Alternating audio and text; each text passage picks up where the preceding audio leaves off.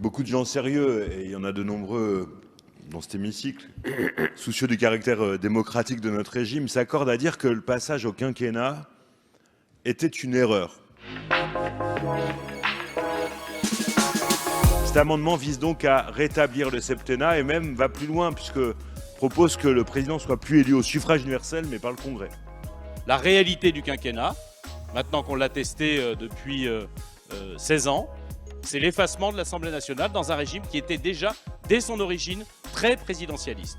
7 ans, ça permet au président de la République d'aller au-delà du mandat de l'Assemblée nationale, garantissant évidemment qu'il est normalement le gestionnaire du temps long et pas du temps court ou du temps parlementaire.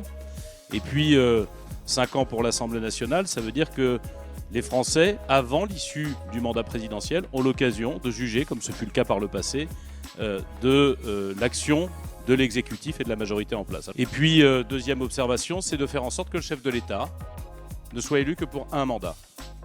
Parce que malheureusement, tous les chefs de l'État qui se succèdent mettent, pour beaucoup, nombre d'années à arriver à l'Élysée. Pour d'autres, et notre chef de l'État actuel, moins de temps à arriver à l'Élysée. Mais à partir du moment où ils y entrent, leur première préoccupation, c'est d'être réélus.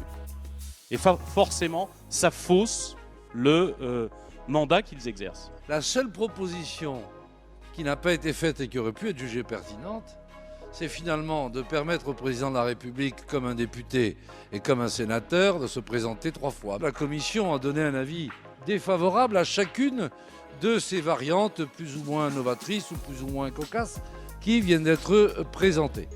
C'est pourquoi je vous réitère un avis défavorable sur l'ensemble de ces amendements.